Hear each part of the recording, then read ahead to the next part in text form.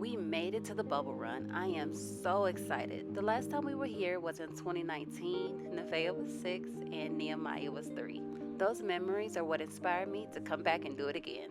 As soon as we got there, the party was in full effect. The weather was beautiful, and of course, the bubbles was flowing. Now, I'm super happy that I got their package the day before because the line for that was ridiculous. I can honestly say that saved us about 30 minutes in time. Now, there was a long line to start the race, but it wasn't that bad because we moved in big groups and they spaced us out in 3-minute increments so we could all have room to run.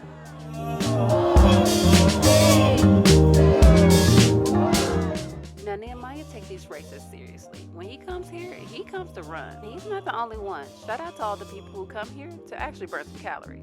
I tried to keep up with him for a little bit, but that only lasted for so long. I believe the whole track was about 3 miles. Don't quote me on that, but it felt like we ran 10 miles before we got to our next set of bubbles. Last time I came here, I remember all the bubbles being different colors, but I wasn't too bummed about that because I do remember all our shoes and clothes being dyed last time. When we got to our next set of bubbles, I saw this lime green liquid, which led us to our next set of bubbles that wasn't there. And of course, it was super disappointing, but things happen. But either way, we kept the party going.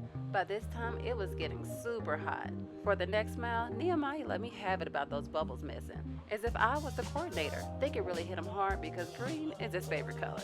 Now, I'm not sure if I was tripping, but after that, I really didn't see that many more bubbles. Now, I'm the kind of person that doesn't mind paying for a good experience, and I paid with the expectations that I'm going to get what I paid for. When it came time to almost finish the race, we were met with no bubbles again. Like Bubble Run, you had one job, and that was to provide the bubbles. And also, don't forget, everybody had to pay $20 for parking. At the end, they had our medals laid out on the table, which I believe makes it more convenient. I'm not gonna lie, if this would have been my first time attending, this wouldn't want to make me come back. We did head over to the bubble after party after we were finished, which kind of saved the day.